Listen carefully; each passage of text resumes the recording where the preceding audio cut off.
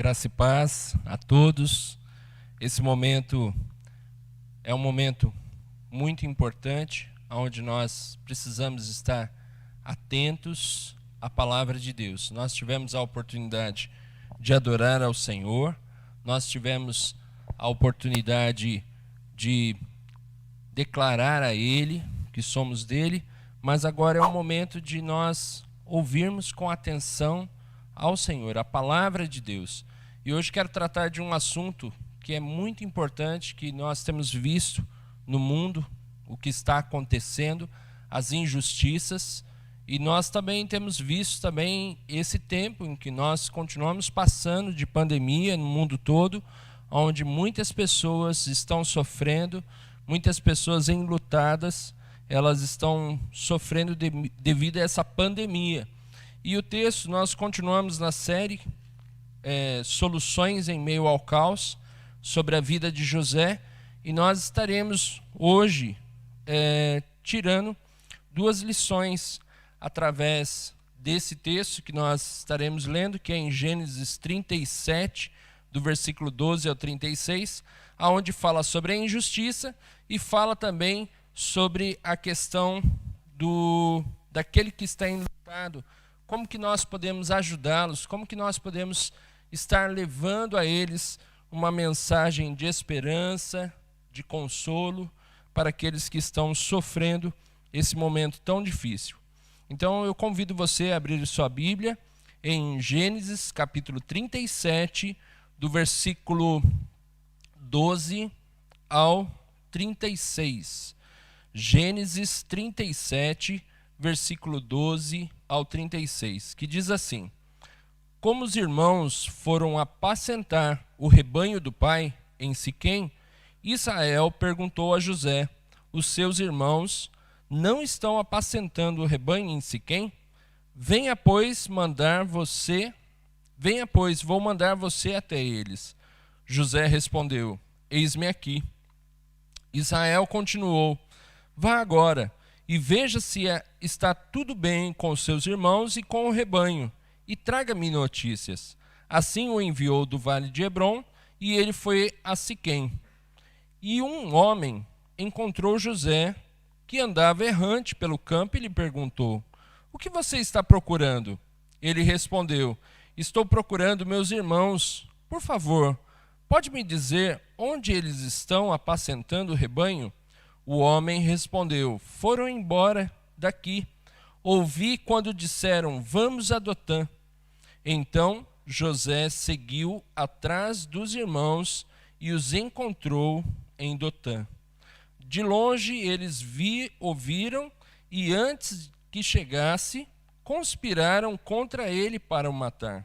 Disseram uns aos outros: Lá vem o sonhador. Venham, pois, vamos matá-lo e jogar o corpo numa destas cisternas. Diremos que um animal selvagem o devorou. Vejamos em que vão dar os sonhos dele. Mas Ruben, ouvindo isso, livrou-os das mãos deles e disse: Não lhe tiremos a vida. Ruben disse mais: Não derramem sangue. Joguem o rapaz naquela cisterna que está no deserto e não lhe façam mal. Ruben disse isso para o livrar deles, a fim de levá-los de volta ao pai. Mas logo que José chegou aos seus irmãos, despiram-no da túnica, a túnica de talar de mangas compridas que trazia, e o jogaram na cisterna. A cisterna estava vazia e sem água. Depois sentaram-se para comer. Levantando os olhos, viram uma caravana de ismaelitas que vinha de Gileade. Seus camelos traziam especiarias, bálsamo e mirra, que levavam para o Egito. Então Judá disse aos irmãos: O que vamos ganhar se matarmos o nosso irmão e depois escondermos a sua morte? Venham, vamos vendê-lo aos ismaelitas. Não lhe façamos mal, pois é nosso irmão e do nosso sangue. Seus irmãos concordaram. E quando os mercadores midianitas passaram, os irmãos de José o tiraram da cisterna e o venderam aos ismaelitas por 20 moedas de prata. E os ismaelitas levaram José para o Egito. Quando Rúben voltou à cisterna, eis que José não estava nela. Então rasgou as suas roupas e, voltando aos seus irmãos, disse: o rapaz não está mais lá. E agora o que vou fazer? Então pegaram a túnica de José, mataram o bode e molharam a túnica no sangue, e enviaram a túnica de mangas compridas ao pai com este recado: achamos isso, veja se é ou não a túnica de seu filho. Ele a reconheceu e disse: é a túnica de meu filho, um animal selvagem o devorou. Certamente José foi despedaçado. Então Jacó rasgou as roupas, vestiu-se de pano de saco e lamentou o filho durante muitos dias. Todos os seus filhos e todas as suas filhas vieram para consolar. Ele, porém, recusou ser consolado e disse: chorando, descerei à sepultura para junto de meu filho. E continuou a chorar pelo filho. Enquanto isso, no Egito, os midianitas venderam José a Potifar, oficial de Faraó, comandante da guarda. Você observou que nessa história bíblica, como a inveja ela pode desenvolver outros tipos de pecados quando não confessado a Deus e não abandonado? Na quarta-feira nós falamos sobre a inveja dos irmãos e nós trouxemos uma aplicação que como que uma pessoa ela pode vencer esse tipo de pecado, né? Confessando a Deus, abandonando, entregando sua vida ao Senhor Jesus, ela pode ter vitória sobre a inveja. Mas aqui hoje nós vamos falar sobre as consequências. O que a inveja ela pode trazer, né? Como ela pode desenvolver outros tipos de pecados. Então, no versículo 18 aqui, nós vimos que os irmãos de José, eles conspiraram contra ele para o matar. Eles estavam planejando a morte de seu irmão. Então, veja só a que ponto chegou a inveja deles. O ódio que eles tinham era tão grande por José que eles queriam matá-lo. Versículo 24, nós vemos aqui que eles lançaram-no na cisterna. Então nós vemos aqui também a crueldade deles. Eles mesmo assim, Rúben falando com eles, porque Rúben estava preocupado, sabia que eles iam matar mesmo o irmão mais novo. O que eles fazem aqui? Eles o lançam na cisterna. No versículo 27, nós vemos também que eles falam assim: venham, vamos vendê-los aos israelitas. Judá dá essa ideia para eles. Aqui nós vemos ganância, nós vemos também que ele fala uma coisa interessante, que está aqui no versículo 27, que diz assim: venham, vamos vendê-lo aos ismaelitas. Não lhe façamos mal, pois é nosso irmão e é do nosso sangue. Isso é uma ironia. Não lhe façamos o mal, eles já estavam fazendo mal. E vendendo aos ismaelitas, eles não estavam nem se importando com seu pai, com o que seu pai iria sentir, com a dor que seu pai teria. Então ali eles estavam sendo gananciosos, irônicos, cruéis, sem discernimento entre o certo e o errado. O pecado ele nos leva à cegueira, a ponto de nós não discernirmos mais o que é certo e o que é errado. Achamos que estamos fazendo um bem quando fazemos o mal. E versículo 32, eles dizem assim para o pai, quando eles levam a túnica toda cheia de sangue de um bode ali para disfarçar e dizer que era José que tinha sido atacado por um lobo e morrido por um animal feroz. Eles dizem assim para o pai: achamos isto, vê se é ou não a túnica de seu filho. Ali não houve nenhuma sensibilidade, não houve nenhuma demonstração de amor, se isso pelo pai, não pela questão, eles estavam fingindo, mas eles trataram assim: veja se isto, se é ou não a túnica de seu filho. Então nós vemos a insensibilidade deles para com o pai e a falsidade. Então, um pecado chama outro pecado. Quando nós não confessamos nossos pecados a Deus e não o abandonamos, o que nos acontece? Esses pecados, eles vão cada vez mais entrando no coração do homem e o endurecendo e o tornando cada vez mais injusto. E primeiro ponto aqui, Deus, ele ama o que é bom, mas ele odeia tudo que é mal, prejudicial e destrutivo. Portanto, voltemos agora a nossa atenção para o seguinte: Deus odeia a injustiça.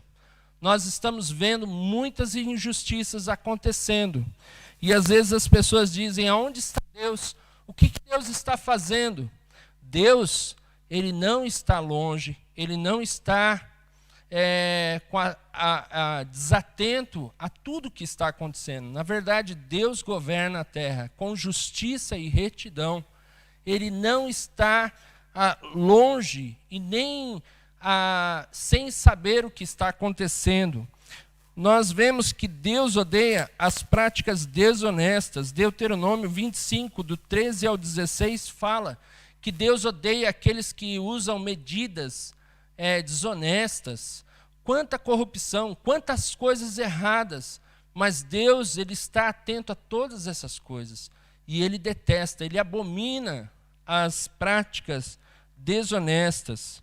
Segundo, Deus odeia os erros judiciais. Provérbios 17:15. Nós vemos aí, até tem um filme que foi passado e é baseado em fato verídico, os 5 do Central Park.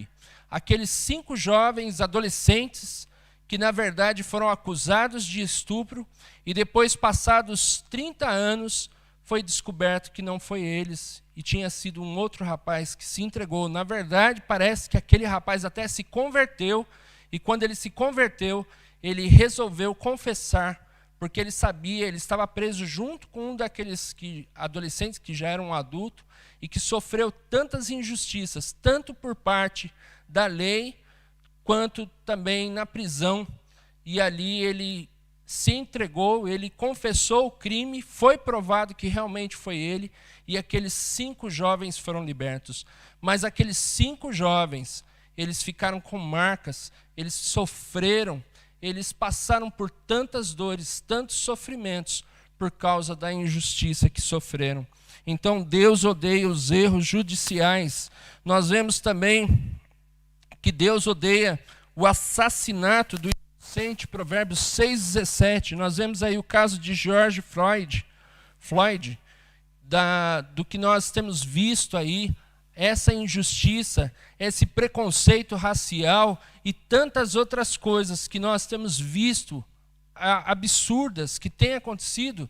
Deus, ele odeia o assassinato do inocente. Deus odeia também todo tipo de mentira. João 8,44 diz que o diabo é o pai de todas as mentiras. Ele é mentiroso desde o princípio.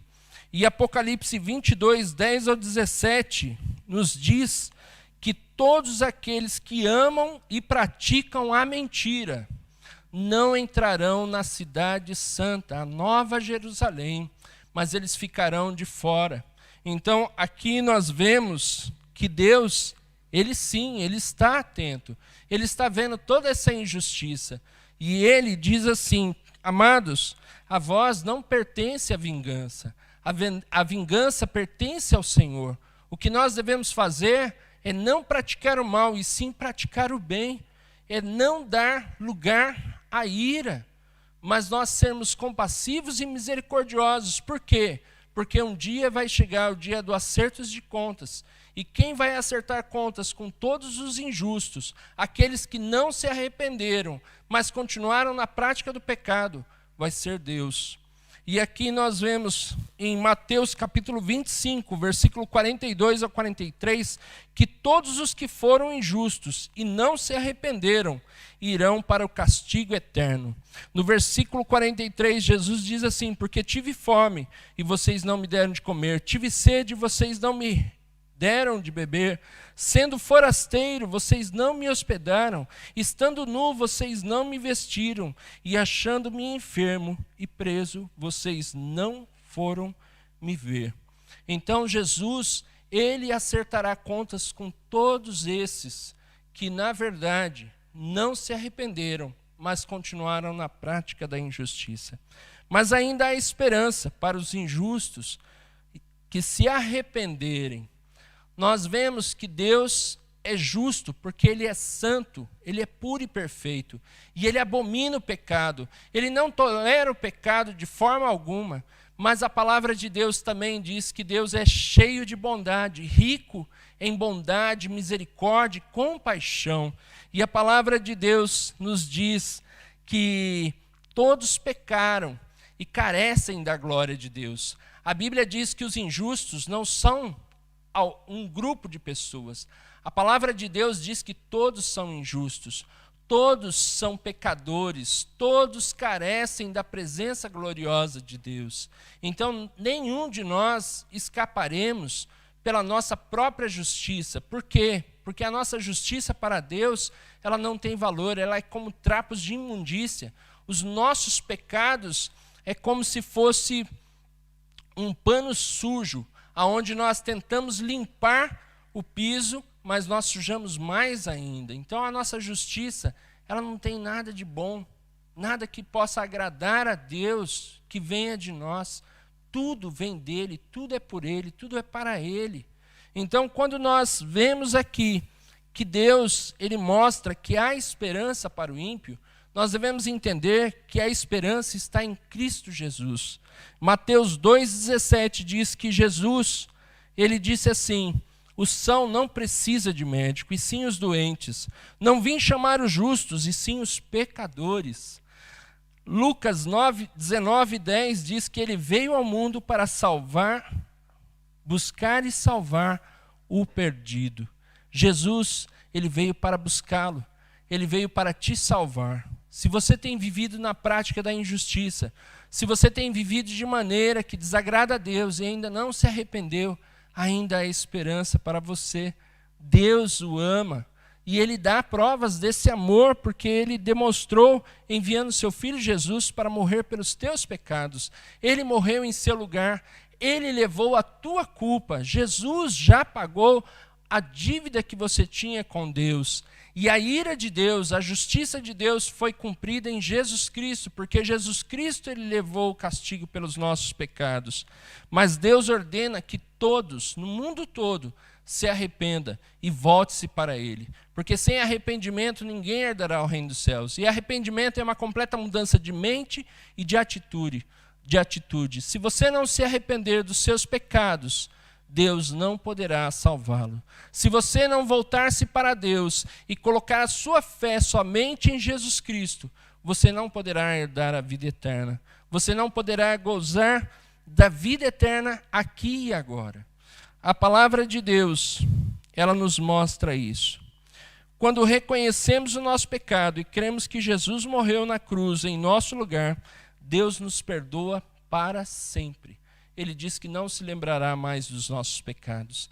Se confessarmos os nossos pecados, Ele é fiel e justo para nos perdoar de todo pecado e nos purificar de toda injustiça.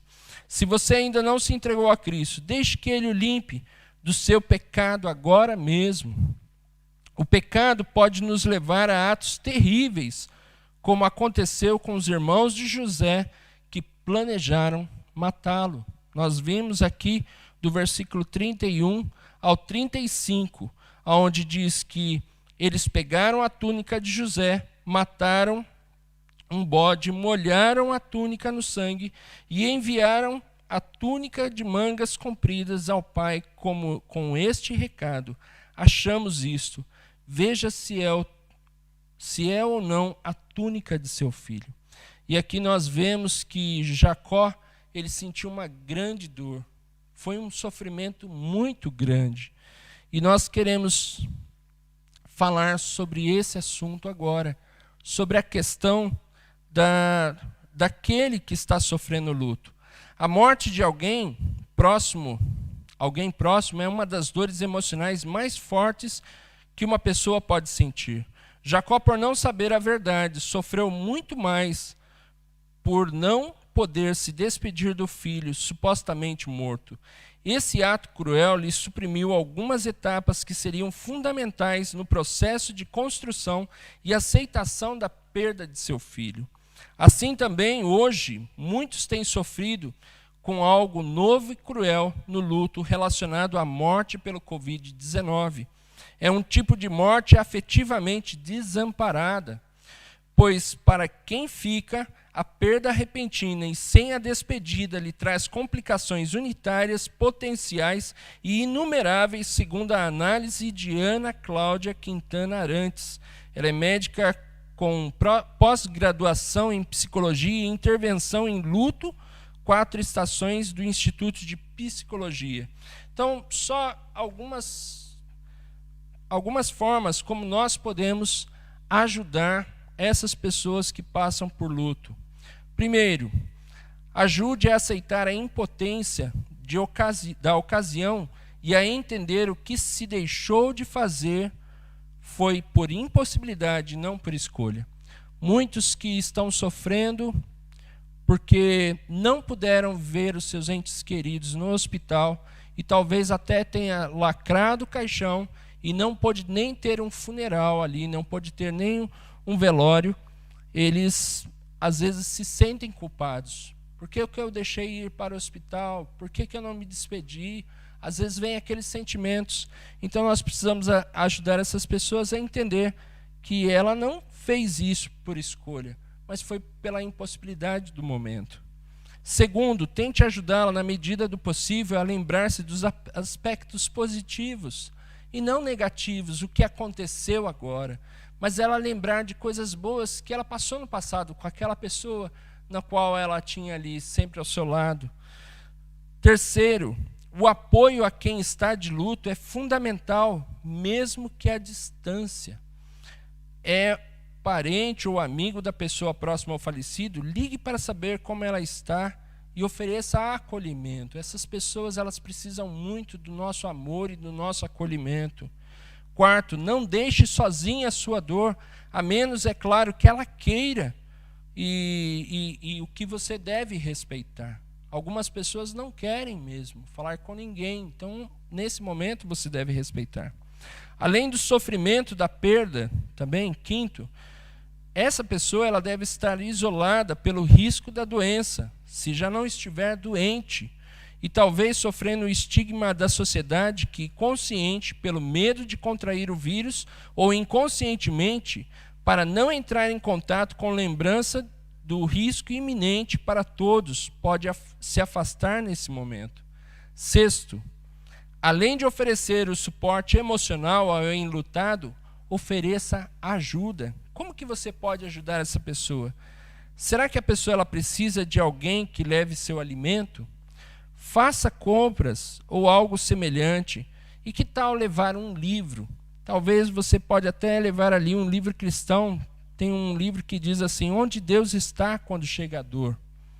Sétimo, no luto é normal a pessoa passar por uma série de reações aos sofrimentos, que vão do esgotamento físico e emocional, dificuldades do sono, na alimentação e sensação de perda de sentido. Respeite essas reações e o seu tempo, que é particular para cada um, mas identifique se o volume de sofrimento não ceder após longo período e estiver atrapalhando a continuidade das funções da vida, buscando, quando necessário, a ajuda especializada de um psicólogo. Uma das coisas que eu percebo muito quando uma pessoa está enlutada e algumas pessoas tentam ajudá-la, é perguntar para ela assim, por que você está triste? Não é para ficar triste.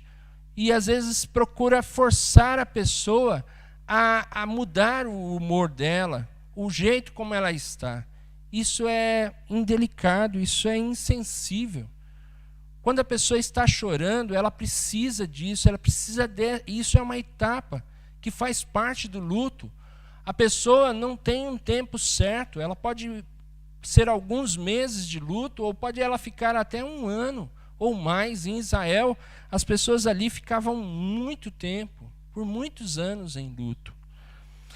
8º, não vivenciar o luto é um comportamento, e esse 8º eu quero dizer para você, que talvez esteja nos ouvindo, esteja enlutado, talvez tenha passado já algum tempo, mas ainda a dor continua.